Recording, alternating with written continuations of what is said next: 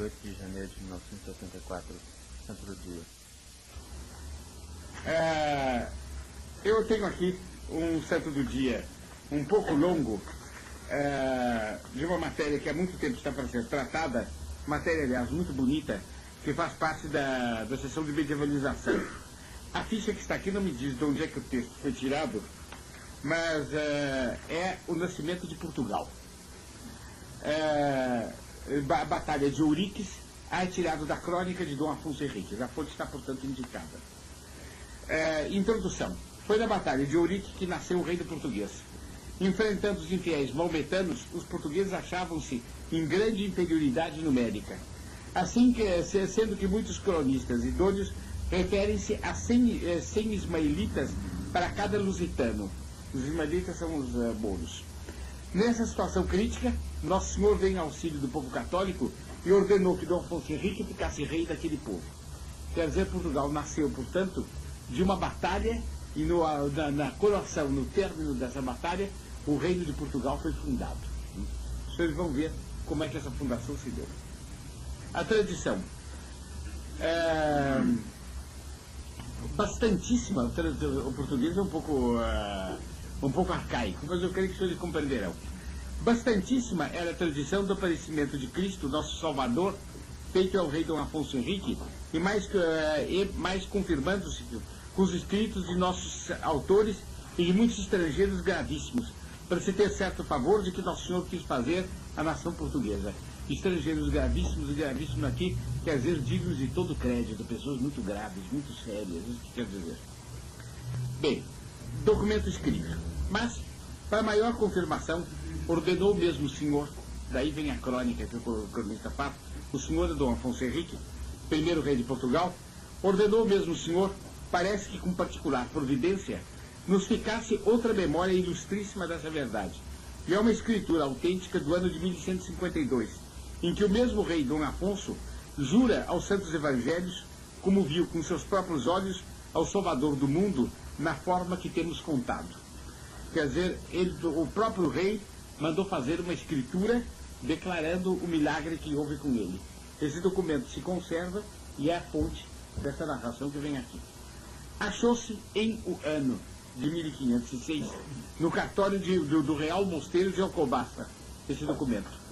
Quer dizer, em 1506 o documento já era velho e foi encontrado nos papéis velhos do Mosteiro de Alcobaça. E foi instrumento, quer dizer, foi quem redigiu, o Dr. Frei Bernardo de Brito, cronista-mor de Portugal, a quem o reino deve, com a glória adquirida por seus escritos, as graças de tão ditoso achado. É um pergaminho de letra antiga, já gastada, com selo de al-rei, quer dizer, com lacre do rei. Dom Afonso e outros 4 de cera vermelha, pendentes de fio de seda da mesma cor, confirmado por pessoas de autoridade, em que se funda o maior crédito humano que pode haver em escritura. Deve ser um lindo documento, né? Um pergaminho meio gasto com o tempo, e com o lacre do rei, e com 4 outros lacres vermelhos, com fios de seda pendentes dos lacres. O Dr. Frei Lourenço do Espírito Santo, abade então daquela casa geral da ordem de Cister, são os monges cistercenses fundados pelo grande São Bernardo. Neste reino, pessoa de grandes letras e muita prudência, julgou ser vontade de Deus divulgar-se por toda essa memória. E assim, indo a Lisboa, levou o pergaminho e mostrou aos senhores do governo. E depois, fazendo jornada à corte de Madrid, o apresentou ao católico rei Dom Filipe II. E o viram também muitos grandes de sua corte, e de todos foi venerado e estimado como merecia, um documento de tanto preço, do qual o teor é o seguinte. Eu não sei se a geração muito nova chega a tomar o sabor desta redação antiga e desses personagens que passam pelo documento quase que por um vídeo, né? Então é o gravíssimo Frei Bernardo, abade de Cister, depois os senhores do governo com quem ele fala. Afinal, ele vai a pé, provavelmente, atravessando a Serra da Estrela, ele vai até Lisboa, até Madrid, porque nesse tempo o rei de Portugal era Filipe II, rei de Espanha, que tinha herdado, pouquinho à força, 99% com direito e 1% à força, tinha herdado o reino de Portugal. De maneira que então era preciso apresentar a ele esse documento, né? E os senhores estão vendo então o Frei Bernardo, doutor Frei Bernardo, que chega no escurial, onde se encontra o rei Filipe II, vestido de preto, com uma gola branca, espentado, sentado na cadeira, e o Frei Bernardo fazendo uma grande reverência, e o rei olhando com cara solene. Então ele mostra o pergaminho, o rei então venera o pergaminho, porque conta um milagre de seu antecessor, rei de Portugal. É uma cena toda ela bonita, toda ela com gravidade histórica, né? O texto. Eu, Afonso, rei de Portugal, nobreza, né? Eu, Afonso, rei de Portugal, né? É o seu sobrenome, né? É Afonso, rei de Portugal, tá tudo dito, né? Filho do conde Henrique e neto do grande rei Dom Afonso, era rei da Espanha, com certeza, de alguma das Espanhas. Diante de vós, bispo de Braga e bispo de Coimbra, e Teutônio, e de todos os mais vassalos do meu reino, quem seria esse Teutônio, mencionado por ele assim, né? Deveria ser um guerreiro que deveria estar vestido de armadura, com uma espada em forma de cruz, né? Ao ato. Juro em esta cruz de metal, e neste livro dos Santos Evangelhos, em que ponho minhas mãos, que eu, miserável pecador, vi com estes olhos indignos a Nosso Senhor Jesus Cristo estendido na cruz do modo seguinte. E o rei então começa tudo jurado sobre os Santos Evangelhos. Você percebe a solenidade, né? A fé que tem esse homem, como ele compreende a gravidade do juramento que ele está fazendo, né? E depois a humildade, né? Como ele diz o seguinte: eu, Afonso, então, juro e ponho as mãos que eu, miserável pecador, vi com estes olhos indignos a Nosso Senhor Jesus Cristo. Você vê a reverência para com Nosso Senhor Jesus Cristo, né? Os olhos dele viram a Cristo. Ele agora vai jurar, né? Os olhos ficaram, por assim dizer, sagrados, porque viram a Nosso Senhor Jesus Cristo. Então começa a narração. Primeira parte da narração é inferioridade e risco na batalha. Eu estava com meu exército nas terras de Alentejo, nos campos de Euriques. Eu até tem uma cadência, nossa, não? Eu estava com meu exército nas terras de Alentejo, nos campos de Euriques. A gente, parece que tudo isso toma assim um aspecto fabuloso, férico, né? As terras de Alentejo, nos campos de Euriques, uma coisa extraordinária, né? Para dar batalha a Ismael. Quem era Ismael? Ismael era o primeiro fundador da raça árabe. E como eles tinham uma noção muito grande da relação entre pai e filho, combater aqueles mouros era combater Ismael, que era uma figura do Antigo Testamento. Ele estava dando batalha a Ismael. Você vê a seriedade e a classe de tudo isso, né? Bem, e outros 4 reis mouros que tinham consigo infinitos milhares de homens. Não, Ismael era um rei, era um dos reis. Ismael e 4 outros reis mouros, que tinham consigo infinitos milhares de homens. E minha gente, temerosa de sua multidão, da multidão do adversário, estava tribulada e triste sobremaneira. E tanto que, publicamente, diziam alguns ser temeridade a cometer tal jornada. E eu, enfadado do que eu via, comecei a cuidar comigo o que faria. Estava quase um braço de Camões, né? Enfadado do que eu via, comecei a cuidar comigo o que faria, né? Quer dizer, o rei perturbado, porque o povo estava, os guerreiros dele estavam com medo. Gente da Mourama, e mesmo que estava lá para atacar, né? Passamos agora à segunda parte. Ele faz uma meditação, ele vai cuidar o que ele ia fazer. Mas era um rei católico. Então ele faz uma meditação, né? E, ao cabo da meditação, uma oração confiante. E, como estivesse na minha tenda um livro em que estava escrito o Testamento Velho e o de Jesus Cristo, abriu e li nele a vitória de Gedeão. E disse entre mim mesmo: muito bem sabeis vós, Senhor Jesus Cristo, que por amor vosso tomei sobre mim esta guerra contra vossos adversários. Em vossa mão está dar a mim e aos meus fortaleza para vencer esses blasfemadores do vosso nome. Vocês estão vendo a consciência reta dele. Ele estava de tal maneira combatendo pela causa católica que ele, nessa hora de perigo, disse: meu Deus, vós sabeis que é por vós que eu combato. Agora dai-me força para eu levar adiante a minha guerra. Ele fez, portanto, uma meditação e terminou com uma prece confiante. Então passa para outro ponto. Deus ouve. Ele fala, Deus ouve. Ditas essas palavras, adormeci sobre o livro e comecei a sonhar que via um homem velho vir para onde eu estava e que me dizia: Afonso, tem confiança, porque vencerás e destruirás estes reis infiéis e desfarás sua potência, e o Senhor e o Senhor se te mostrará. Agora vem então um emissário. Estando eu nesta visão, chegou João Fernandes de Souza, meu camareiro, dizendo-me: acordai, senhor meu, porque está aqui um homem velho que vos quer falar. Entre, lhe respondi, se é católico. É uma beleza, né? Vocês imaginam a cena, uma tenda medieval de um exército pequeno, mas adiante se veem todos os exércitos dos 4 reis mouros, todo mundo acabrunhado diante da dificuldade, o rei dormindo, extenuado, junto a uma mesa onde estão o Novo e o Antigo Testamento. Ele sonha. Do lado de fora, com forte sotaque português, o camareiro: meu senhor, que queres? É fulano que quer falar. Entra se é católico. Lindo, né? Se não é católico, fora, né? Bem, então agora vem há um sonho, um emissário, a mensagem. E tanto que entrou, conheci ser aquele que no sonho vira, o qual me disse: primeiro, predileção, duração de Portugal, promessa. É uma mensagem que evidentemente é um mensageiro celeste que passa, que sonhou com esse homem, viu o homem logo depois, né? Senhor, tem de bom coração, vencereis e não sereis vencido. Tem de bom coração naquele tempo não quer dizer assim, tem de pena, não. Quer dizer coração firme, isso é que é bom coração. Bem, sois amado do Senhor, porque sem dúvida pôs sobre vós e sobre vossa geração, depois de vossos dias, os olhos de sua misericórdia, até a 16ª descendência, na qual se diminuirá a sucessão, mas nela assim diminuída. Ele tornará por os olhos e verá. É uma promessa da duração de Portugal, né? Quer dizer, até que Deus tinha amado aquele rei e o povo que ia nascer. Que ele ainda não sabia que ia nascer, o povo que ia nascer.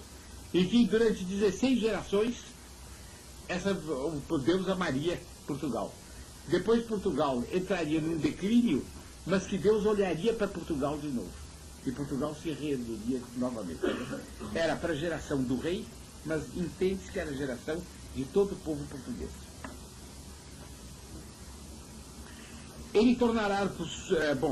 ele me manda dizer-vos que quando na seguinte noite ouvirdes a campainha da minha ermida, na qual vivo há 66 anos, guardado nos meios dos infiéis, com o favor do muito alto, saiais fora do real, sem nenhum criado, porque vos quer mostrar sua grande piedade. É uma coisa linda.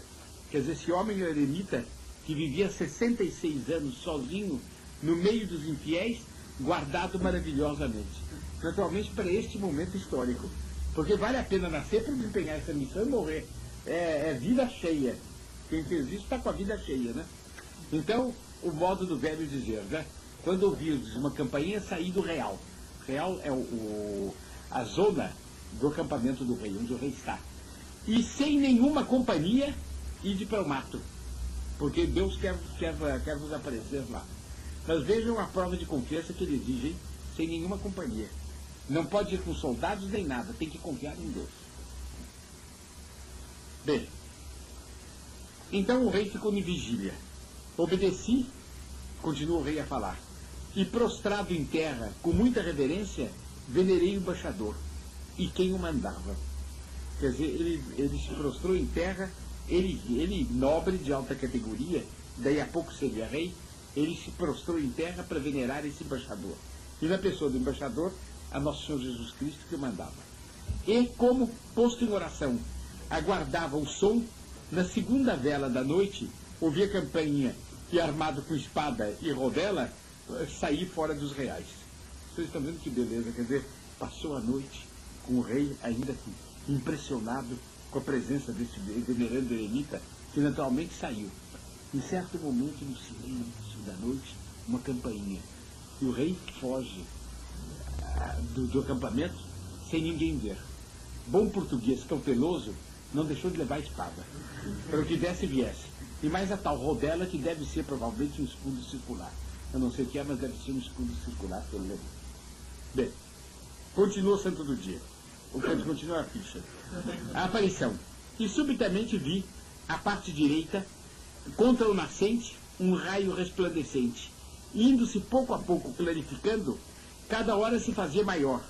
E pondo de propósito os olhos para aquela parte, vi de repente no próprio raio o sinal da cruz mais resplandecente que o sol, e um grupo grande de mancebos resplandecentes, os quais creio que seriam os santos anjos.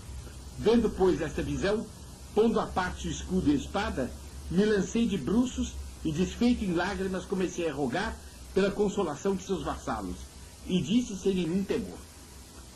Agora passo então à súplica. Se eles viram a visão, é a súplica. A que fim me apareceis, Senhor? Quereis porventura acrescentar fé a quem já tem tanta? Era um homem que devia estar muito seguro de sua virtude para dizer uma coisa dessa. Melhor é, por certo, que vos vejam os inimigos, e creio em vós, que eu, que desde a fonte de batismo, vos conheci por Deus verdadeiro, Filho da Virgem e do Padre Eterno, e assim vos reconheço agora. Uma oração do outro mundo, não há o que acrescentar, não há o que comentar, não? A cruz era de maravilhosa grandeza, levantada da terra quase 10 côvados, eu não sei quanto que altura tem um côvado. O Senhor, com um tom de voz suave, que minhas orelhas indignas ouviram, disse. Agora fala nosso Senhor Jesus Cristo. É a promessa da vitória e da fundação do Reino de Portugal que entra agora. Não te apareci deste modo para acrescentar tua fé, mas para fortalecer teu coração neste conflito. Quer dizer, fé tu tens, o coração não está tão firme como e fundar os princípios de teu reino sobre pedra firme. Vocês estão vendo que parece aquele diálogo de Nosso Senhor com São Pedro, né? A gente diz, o que é que dizem do Filho do Homem? E São Pedro então reconheceu Nosso Senhor como Filho de Deus. Nosso Senhor respondeu, pois tu és pedra sobre as pedras para querer a minha igreja. Assim também ele se apresentou, ele adorou a Deus, reconheceu a Deus, né? Deus disse a ele, sobre ti eu fundarei um novo reino. Tenha coragem, porque sobre ti eu fundarei um novo reino. Confia, Afonso, porque não só vencerás essa batalha, mas todas as outras em que pelejares contra os inimigos de minha cruz. Acharás tua gente alegre e esforçada para a peleja, e te pedirá que entre na batalha com título de rei. Não ponhas dúvida, mas tudo quanto pedirem, lhes concede facilmente. Quer dizer, o povo ia pedir a ele, os soldados iam pedir a ele, que ele entrasse na batalha com título de rei, para terem mais alento. Então diz ele, aceita quando pedirem. E o mais que pedirem, concede facilmente. Estava fundado o reino, né? Mas os senhores estão vendo que fundado de modo muito bonito, porque era, Deus profetizou, e os guerreiros, por uma moção divina, clamaram. Os senhores têm ambas as coisas que se conjugam. É uma verdadeira beleza. Bem,